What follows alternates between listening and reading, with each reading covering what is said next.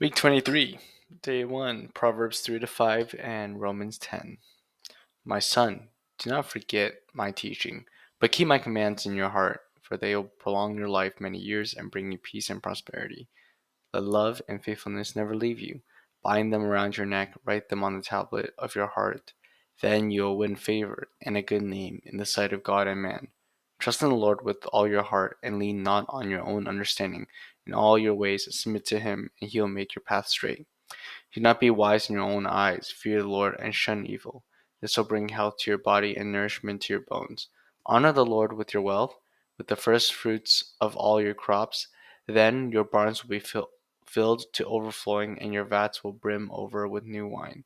My son, do not despise the Lord's uh, discipline, and do not resent his rebuke, because the Lord disciplines those he loves. As a father, the son he delights in. Blessed are those who find wisdom, those who gain understanding, for she is more profitable than silver and yields better returns than gold. She is more precious than rubies, nothing you desire can compare with her. Long life is in her right hand, in her left hand are riches and honor. Her ways are pleasant ways, and all her paths are peace. She is a tree of life to those who take hold of her. Those who hold her fast will be blessed. By wisdom the Lord laid the earth's foundation. By understanding he set the heavens in place. By his knowledge the watery depths are divided, and the clouds let drop the dew. My son, do not let wisdom and understanding out of your sight. Preserve sound judgment and discretion. They will be life for you, an ornament to grace your neck. Then you will go on your way to safety, and your foot will not stumble. When you lie down, you will not be afraid. When you lie down, your sleep will be sweet. Have no fear of sudden disaster or of the ruin that overtakes the wicked, for the Lord will be at your side and will keep your foot from being snared. Do not withhold good from those to whom it is due when it is in your power to act. Do not say to your neighbor, "Come back tomorrow and I'll give it to you," when you already have it with you. Do not plot harm against your neighbor who lives trustfully near you. Do not accuse anyone for no reason when they have done you no harm.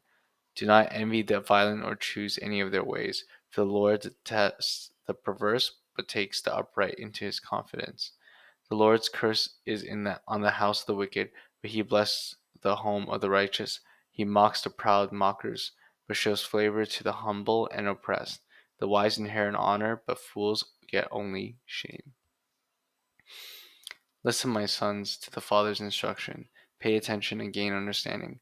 I give you sound learning, so do not forsake my teaching. For I too was a son to my father, still tender and cherished by my mother. Then he taught me, and he said to me, "Take hold of my words with all your heart. Keep my commands, and you will live. Get wisdom, get understanding. Do not forget my words or turn away from them. Do not forsake wisdom, and she will protect you. Love her, and she will watch over you. The beginning of wisdom is this: get wisdom, though it cost all you have, get understanding. Cherish her, and she will exalt you. Embrace her, and she will honor you. She will give you a garland to grace your head and present you with a glorious crown. Listen, my son, accept what I say, and the years of your life will be many. I instruct you in the way of wisdom and lead you along straight paths. When you walk, your steps will not be hampered. When you run, you will not stumble. Hold on to instruction, do not let it go. Guard it well, for it is your life. Do not set foot on the path of the wicked, or walk in the way of evildoers. Avoid it, do not travel on it. Turn from it and go on your way.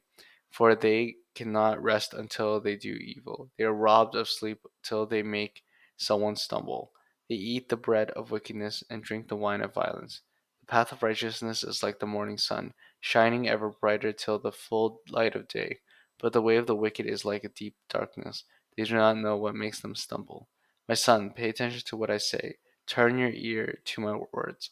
Do not let them out of your sight. Keep them within your heart, for they are life to those who find them, and health to one's whole body. Above all else, guard your heart, for everything you do flows from it. Keep your mouth free of perversity. Keep corrupt talk far from your lips. Let your eyes look straight ahead. Fix your gaze directly before you. Give careful thought to the paths of your feet, and be steadfast in all your ways. Do not turn to the right or to the left. Keep your foot from evil. My son, pay attention to my wisdom. Turn your ear to my words of insight. that you may maintain discretion, and your lips may preserve knowledge. For the lips of the adulterous woman drip honey, and her speech is smoother than oil. But in the end she is bitter as gall. Sharp as a double-edged sword, her feet will go down to death. Her steps lead straight to the grave. She gives no thought to the way of life. Her paths wander aimlessly, but she does not know it. Now then, my sons, listen to me. Do not turn aside from what I say. Keep to a path far from her. Do not go near the door of her house, lest you lose your honor to others, and your dignity to one who is cruel. Let strangers feast on your wealth, and your toil enrich the house of another. At the end of your life you will groan. When your flesh and your body are spent, you will say, How I hated discipline! How my heart spurned correction! I will not obey my teachers, or turn my ear to my instructors. And as soon and I was soon in serious trouble in the assembly of God's people. Drink water from your own cistern, running water from your own well. Should your springs overflow to the streets, your streams of water in public squares, let them be yours alone, never to be shared with strangers. May your fountain be blessed, and may you rejoice in the wife of your youth, a loving doe, a graceful deer. May her breast satisfy you always. May you ever be intoxicated with her love. Why, my son, be intoxicated with another man's wife? Why embrace the bosom of a wayward woman? In your ways are in full view of the Lord, and he examines all your paths. The evil deeds of the wicked ensnare them, the cords of their sins hold them fast. For lack of discipline they will die, led astray by their own great folly. Romans 10. Brothers and sisters, my heart's desire and prayer to God for the Israelites is that they may be saved.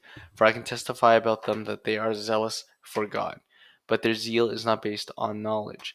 Since they do not know the righteousness of God and sought to establish their own, they did not submit to God's righteousness. Christ is the culmination of the law, so that there may be righteousness for everyone who believes. Moses writes this about righteousness that is by the law. The person who does these things will live by them, but the righteous is that is by faith says, "You now say to your heart, Who will ascend to heaven?" That is, to bring Christ down. Or who will descend into the deep? That is, to bring Christ up from the dead. But what does it say? The word is near you, it is in your mouth and in your heart. That is the message concerning faith that we proclaim. If we declare with your mouth Jesus is Lord and believe in your heart that God raised him from the dead, you will be saved. For it is with your heart that you believe and are justified, and it is with your mouth that you profess your faith and are saved. As Scripture says, anyone who believes in him will never be put to shame, for there is no difference between Jew or Gentile. The same Lord is the Lord of all, and richly blesses all who call on him. For everyone who calls on the name of the Lord will be saved. How then can they call on the one who they have not believed in? And how can they believe uh, though in the one whom they have not heard? And how can they hear without someone preaching to them? And how can someone preach unless they are sent? And it is written, How beautiful are the feet of those who bring good news. But not all the Israelites accepted the good news. For Isaiah said, Lord, who has believed our message?